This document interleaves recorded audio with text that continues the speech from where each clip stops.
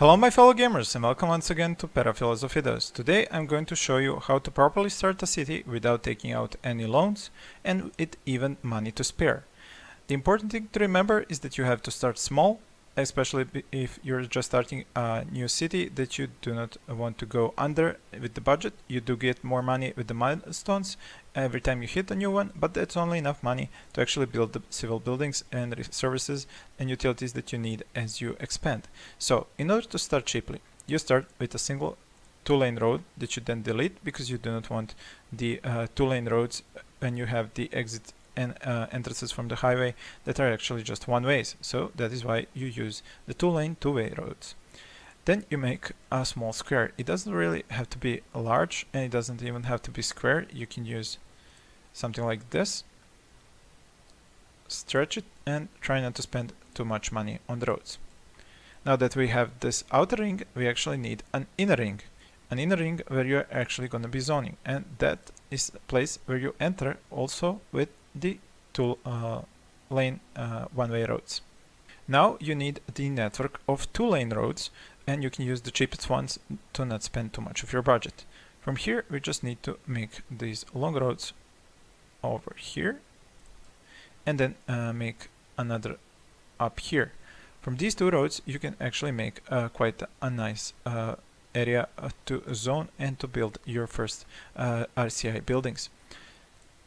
You cannot follow this because it gives you 5x4 size of buildings, so you actually have to follow your own path to create 4x4 buildings back to back like this.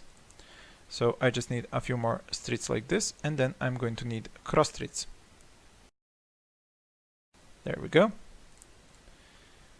You can cap this with a two-way street because services require two-way streets in order to operate properly. If you use one-way roads, they're just for moving the traffic and traffic flow. One-way roads are bad for services. To exit once again from this area onto the highway, we are going to build an exit onto this one-way street over here. Now that we have set up this, we need cross streets. Where to build cross streets? Cross streets are actually something that you can build only after you zone the first few buildings. Why? Because if you go with 4x4 buildings, which you want to zone only onto these long streets and not these short streets in order to avoid traffic issues, you go with a single building. In order to have that single building have power, you need to have a power supply. Power supply comes at the start from these wind turbines, and I think I have a nice spot here for an 8 megawatt wind turbine. Excellent. From here I would need to draw a power line because this isn't close enough to the house. In order to get a power line to transfer power, this is all I need. Just a small power line, and as soon as this building is built, it's going to use the power from this power line. Now I also need water. For the water I'm going to use a water tower.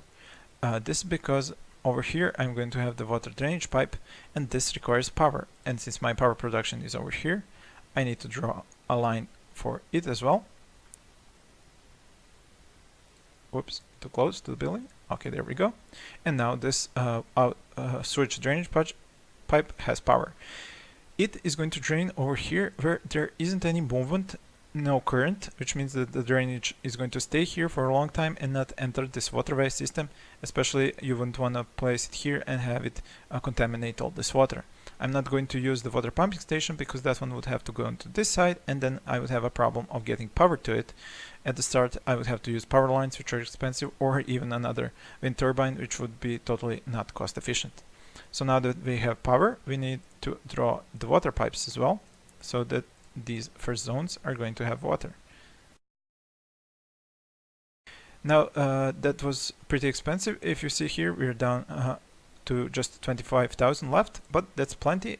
We can reduce the amount we spend on the utilities because at the start you do not need too much money spent on the maintenance of these buildings because you do not have a large supply needed. And now we can finally continue with the zones. You can let the time run, and once this first building is built, it's going to take the power from the power lines and create this power area here. Now you can jump 1, 2, 3, 4 slots and build another building here. It's going to get the power from the first building because every building has a rather large area where it supplies the power. because at the start you only have the RCI demand for residential, you just make residential buildings. And this way, by jumping every slot, every 4x4 slot, you're going to be able to draw these zones all the way to the side. So this is my third house. So this is 1, 2, 3, 4, 5. Now I can build the sixth one next to this one because I want a cross street here. The cross street actually needs to be built in a way that's going to leave one empty zonable area here, because you do not wish to zone onto these cross streets because they're so small and don't support large amounts of traffic.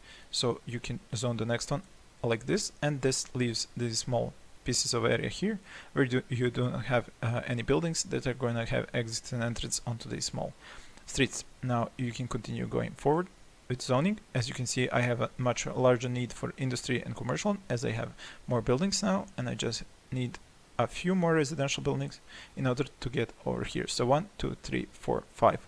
This is going to be the sixth. I need this one to be empty over here. So a street, the cross street to the side, like so. 1, 2, 3, 4, empty slot. And then a street, empty slot, and a building again. As I still have a residential demand, I can continue with the residential, but soon I will have to turn over to the commercial and the industry. So I'm thinking one more residential building will do the trick here. This one isn't supplied with power because this one wasn't built first, but hopefully it will be built for, soon. And then I can start with the commercial buildings as soon as all of these residential buildings are filled up. And you can watch as the power gets transferred over here. 1, 2, 3, 4, and the first commercial buildings can be built here. 1, 2, 3, 4.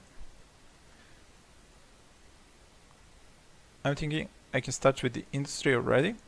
1, 2, 3, 4.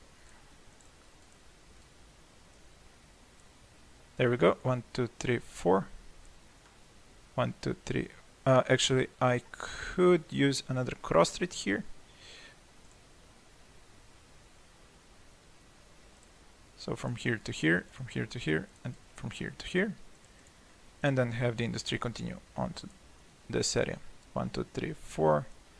1, 2, 3, 4. Now, this isn't gonna be good because it's going to have the industry on the side street, but we can fix that with a small repair job on the streets.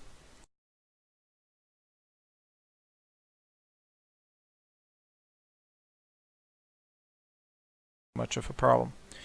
And now we can have another 4x4 building over here. It's gonna be some extra space here, but that's fine. As you can see, the power has been drawn all the way through here, and I'm gonna be running low on power soon because of all the industry, so I need to increase the budget for power. The water, I think I should be fine, plenty of water. Now, as you can see, a lot more industry is required, and you can just use the already set up routine of building them like this across the street. And you can even use the back side of the street as this is zonable area as well. And you can use this area here as well. Just make sure not to zone on the one-way roads over here. So the power 4 megawatts, that should supply all the industry needs. And we have now 18,000 left. We are still losing money because we haven't zoned enough, but now that these areas have filled up, we can use more house zoning in between these areas.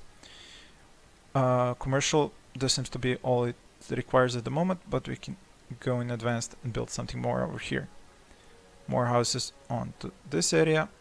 1, 2, 3, 4. And now you can easily zone. When you have buildings across the street, you can see exactly where your 4x4 zone is.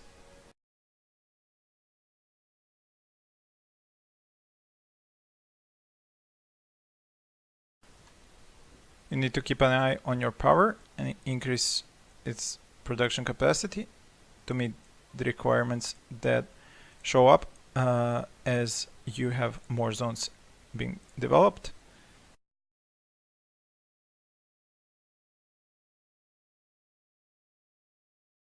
As you can see, now we are starting to earn money instead of lose money, because we are just getting the tax money from the zones. And now we have reached the little hamlet. Now we are going to have a cash infusion, be able to change taxes and take out loans. But we do not need loans, do we now? We do need to set up garbage, healthcare and education, and this is what we are going to use the extra funds that we were just given by the game. So that would be a short, easy way to start the game on a plus side, not spend too much money, and be profitable just as you start. Thank you all for watching, and please stay tuned for more videos.